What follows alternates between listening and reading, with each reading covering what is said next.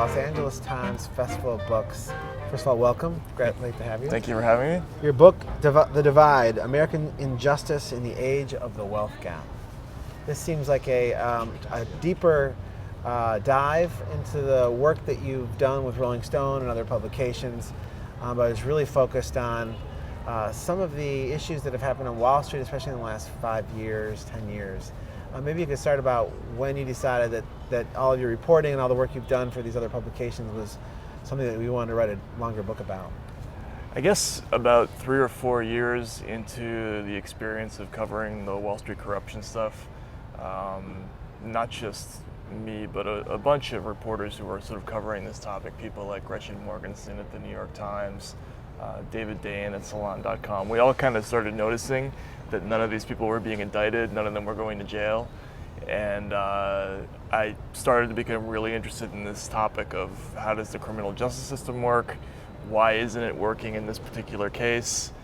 And then when I started looking at that in more depth, I realized that I had to make the comparison to, if it doesn't work for rich people over here, how does it work for poor people, and how different are these two criminal justice systems? And that's what this book is about. In between the collapse of Wall Street in 2008 and now in this book, you've seen some movements crop up like Occupy Wall Street that generated enormous headlines.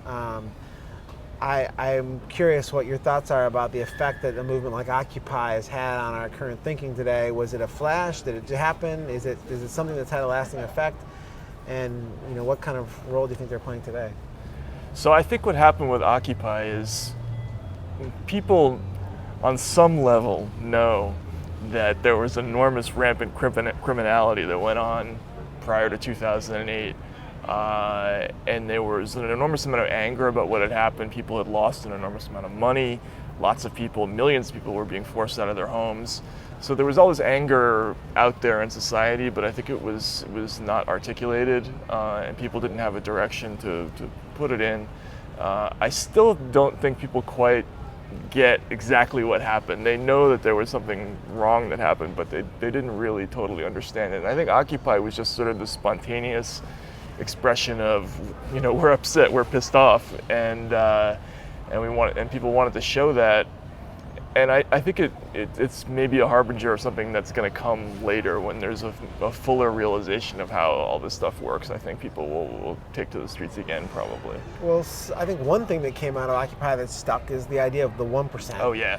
I mean, if there's a word, if there's a phrase that people get, it's that. And I think people are gravitating to recognize what it means. I mean, maybe everyone has a slightly different definition of it, but there's a finger pointing element to it. Yeah, no, and I was in some of those discussions with some of the Occupy leaders and talking with people about, well, what are going to be the aims of this thing? And clearly one of the things that people thought about was, well, let's just try to, instill this idea in people of the 99% and the 1%. And I think that was one very successful thing. You're absolutely right about Occupy, is that not just in America but globally, people have this conception now, and I think it's a more accurate representation of our politics than the typical left versus right thing, which is I think more for show, at least economically, than the other. One of the things you think about when you hear the 1% and 99% is pitchforks and right. Fire brandishing angry people, and I think that's instilled a sense of concern for people who may not consider themselves 1% but are well off, right. At least. And you've seen a reaction to that in some cases. There's been a few people that have come out and said, folks, we need to wake up. There's a coming insurrection, and we need to figure out how to cut this off at the pass for those of us who have. And I'm not sure how well it's being heard. What are your thoughts? Yeah, well, certainly the press is always wary of populist expressions of anything, and they always describe populism as something that's emotional and illogical, whereas I think in this case, this was a completely logical response to something that was clearly the fault of a certain group of people, and I think that was positive, but I don't think it really had too much of an impact in terms of changing the behavior of the 1%, except in terms of things like public relations. I mean, the great example of that is, Goldman Sachs there was an issue of them with emails where some people were caught using profanity, and so they got their employees not to change the behavior, but to change the language in the emails. You know what I mean? And so they've definitely improved their public relations, but I don't know if the behavior is really all that much different. So the question of how to explain this to people so that there is, because I do think you're right. I think one of the reasons that perhaps nobody went to jail is because there's this gap between the understanding of who's exactly at fault, and there's a lot of people telling you who's at fault, and people are just too busy with their lives to really be able to understand it to the depth that you need to. Yet something recently like the Scientology documentary, which immediately penetrated to a large number of people, because they successfully penetrated the mindset of the viewer. So, because you can do that 2-minute summary of the Overlord Xenu and the DC-9s dropping the corpses into the volcanoes and all that stuff, and everybody gets that. I mean, it's crazy. It's it's bizarre. It's funny. It's scary. All that stuff. Mortgage-backed securities is basically a gigantic fraud scam where basically the banks were systematically packaging mortgages and selling them as more valuable and less risky securities than they really were. So you had junk-rated bonds that were being sold as AAA-rated bonds. It's the same thing as selling phony handbags as real Prada handbags, but it's just hard to explain to people. And this is a massive multi-trillion-dollar scam that caused an enormous disappearance of wealth globally. There are some estimates that say that 35% of the world's wealth disappeared in this whole episode.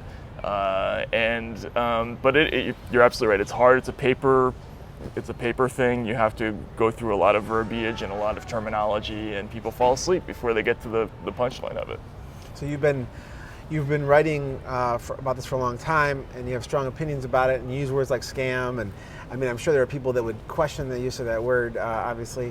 So as you have carved out your own path as a journalist, you've chosen a path that, for you, allows you to be strong about your opinions. It's opinion-driven journalism. Sure. And you found publications that allow you to express that. Yep.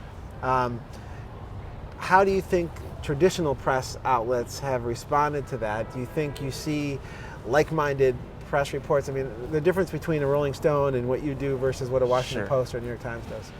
Well, I think there's a place for both kinds of journalism. I think both kinds of journalism need to exist. I think about, again, somebody like Gretchen Morgenson at the New York Times. She and I have covered a lot of the same territory. She covers it in a different way that I do, but in a way, her journalism is it's impactful in a different way. It reaches different people. The part of the challenge with this material, especially the Wall Street stuff, is there's never really been an effort in the general press to explain to everybody outside of Wall Street how Wall Street works. The financial press pretty much exclusively exists for people who work on Wall Street.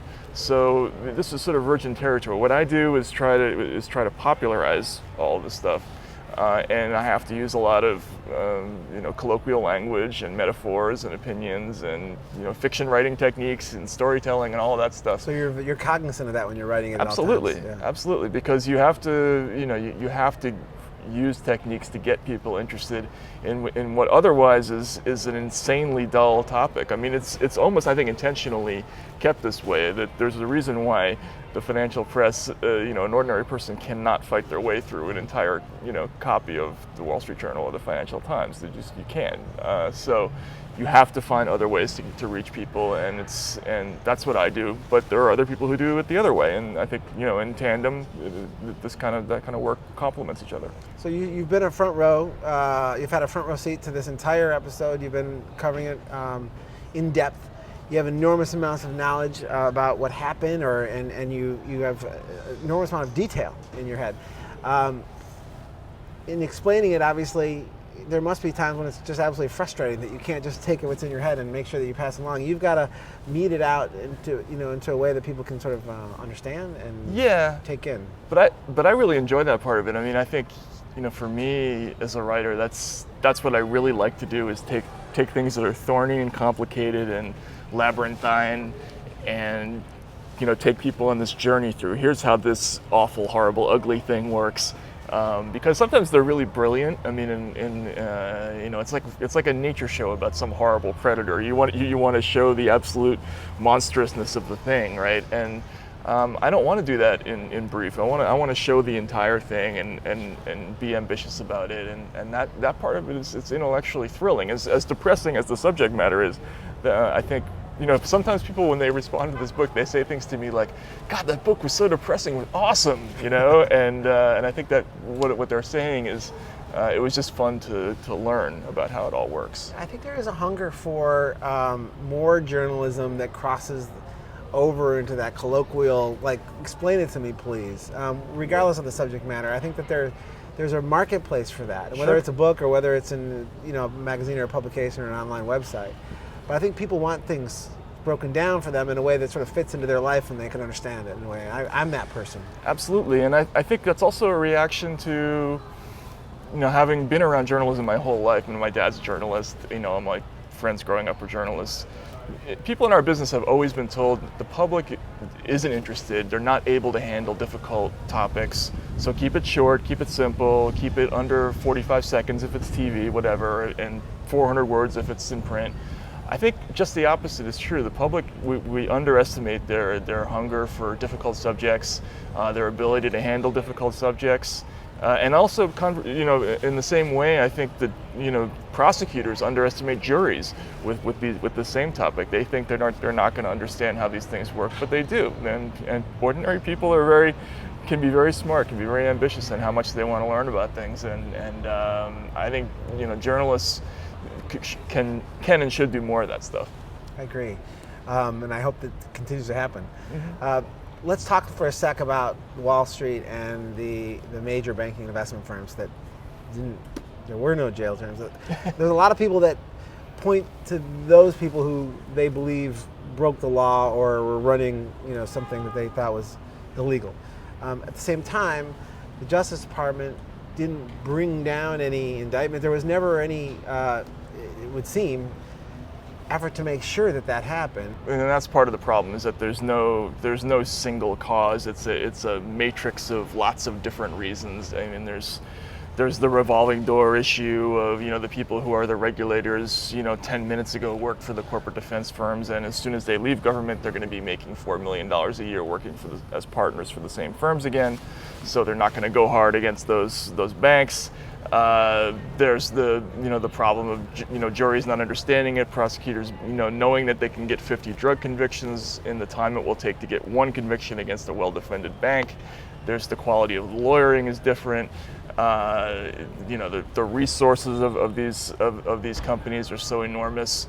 But the most important thing, I think, is just the psychological issue of our regulatory system. We just don't think of people who commit this kind of crime as a criminal, and whereas the person who commits a crime on the street, we think of that person as appropriate for jail. I kept hearing that term over and over again.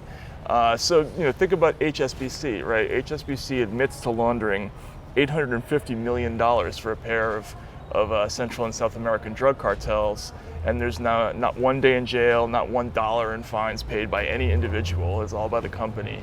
And yet you have thousands of people in jail across this country for smaller drug crimes. So that just shows you the difference, right? I mean, these are crimes. It's no different than any other crime. It's just that it's committed by a different group of people. So to what degree do you think that these large investment firms and banks just sort of leverage the fact that, to some degree, it's a fatiguing thing to go after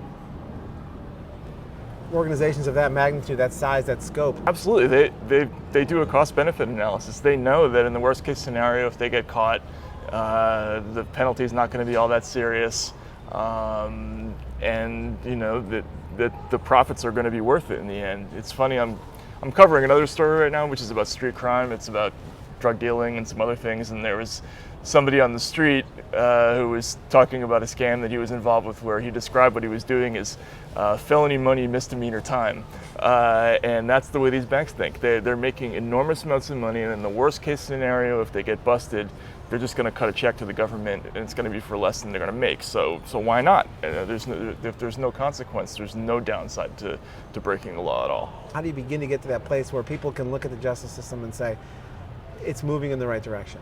They just need to make a few cases. I mean, the difference between what happened in the early 2000s in the Bush years with Enron and Tyco and Adelphia and WorldCom and companies like that, and what happened in the early Obama years and the later Bush years is that, in the Enron days, they made an effort to make a few important symbolic cases and bring some high-level executives to the dock, and they absolutely didn't do that this time. And it's just a question of willpower. It's a question of who's in the regulatory positions.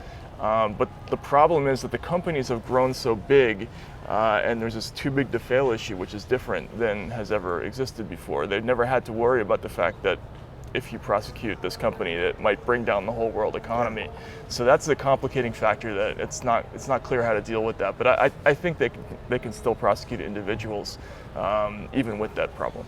In the meantime, you'll continue to bang the drum in a variety of different ways. Where do you think you'll be next? Do you think, you're writing for Rolling Stone now, you've got the books. What do you think is next for you? I'm writing a book now, hopefully about the Eric Garner case.